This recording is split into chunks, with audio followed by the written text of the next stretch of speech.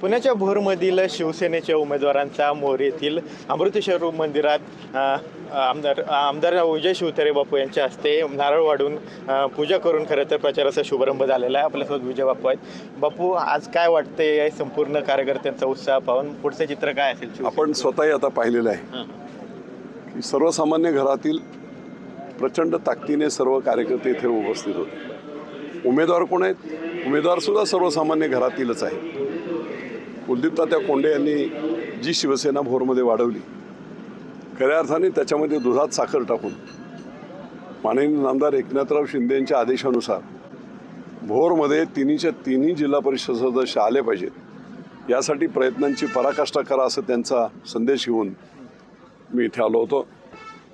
एकंदरीत वातावरण पाहिलं, महिलांचं वातावरण पाहिलं, लाडक्या बहिणी, या एकनाथराव शिंदे यांचा चेहरा महाराष्ट्रात आज अनाथांचा नाता आणि सर्वसामान्यांचा चेहरा, मला वाटत नाही 46,000 कोटी रुपये दरवर्षी बजेटमधून देण्याचं धाडस एकनाथराव शिंदे मुख्यमंत्री झाले नसतं तर कुणाचंच झालं नसतं, हे ज्ञात आहे सर्वांना। आणि म्हणून या सर्व लाडक्या बहिणींचे आशीर्वाद, लाडक्या भावांचे आशीर्वाद, शेतकऱ्यांचे आशीर्वाद, अनेक मोठमोठ्या योजना त्यांनी 3 वर्षाच्या काळात केल्या आणि ग्रामीण भागातील जनतेला खऱ्या अर्थाने न्याय देण्याचा प्रयत्न केला।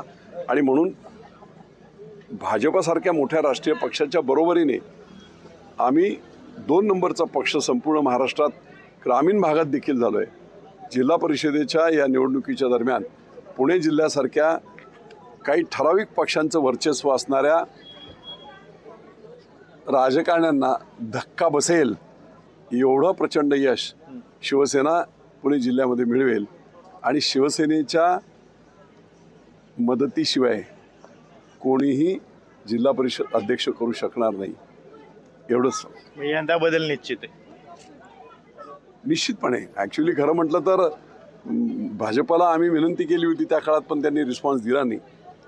जर सेना भाजप युती झाली असती तर सत्ता बदल झाला असता निश्चित। आताही काही कमी नाही। मगाशी मी सांगितलं 13 सीट आमच्या सिटिंग आहेत आणि 21 सीटवर आम्ही 2 नंबरची 400-500 मताने हरलो। म्हणजे ते जर टार्गेट जर पकडलं तर 30 सीटपर्यंत मेहनत करून निश्चितपणे आम्ही जाऊ शकतो।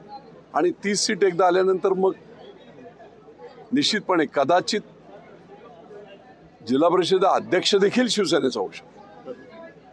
मुंबईतल्या महापौर पदाचा तिढा अजून सुटलेला नाही। आज त्यावरून संजय राऊत यांनी एकनाथ शिंदे यांच्यावर टीका केली। रुसलेल्या सुनबाई सारख्या चक्रा एकनाथ शिंदे यांच्या दिल्लीला सुरू आहेत, दिल्लीतले सासरे ऐकत नाही त्यामुळे सुनबाईंना अडचण येते, अशी टीका त्यांनी केली। हे बघा, अख्ख्या महाराष्ट्रामध्ये संजय राऊत काय बोलले याची दखल कोणी घेत नाही, कोणी सिरियसली घेत नाही। आणि एकनाथराव शिंदेंचा स्वभाव आहे, कोणी टीका केली तर त्याच्यावर उत्तर ते देत नाहीत, ते उत्तर कामाने देतात आणि योग्य वेळेत जेव्हा कार्यक्रम करायचा असतो त्यावेळेस ते कार्यक्रम करतात। काल भास्कर जाधव यांनी असे म्हणले की एकनाथ शिंदे यांनी ठाकरेंना पाठिंबा द्यावा आणि ठाकरेंच्या शिवसेनेचा आता ते मोठ्या लेवलचं राजकारण आहे।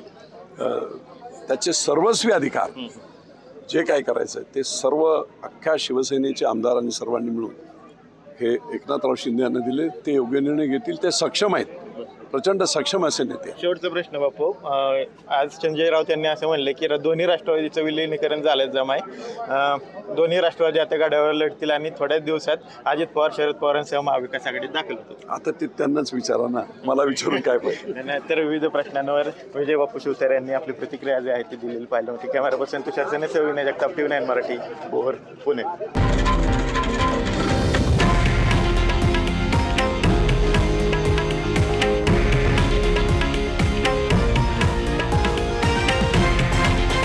हे आहे देशातील नंबर 1 न्यूज नेटवर्क आणि आपण पाहत आहात TV9 मराठी, एकमेव।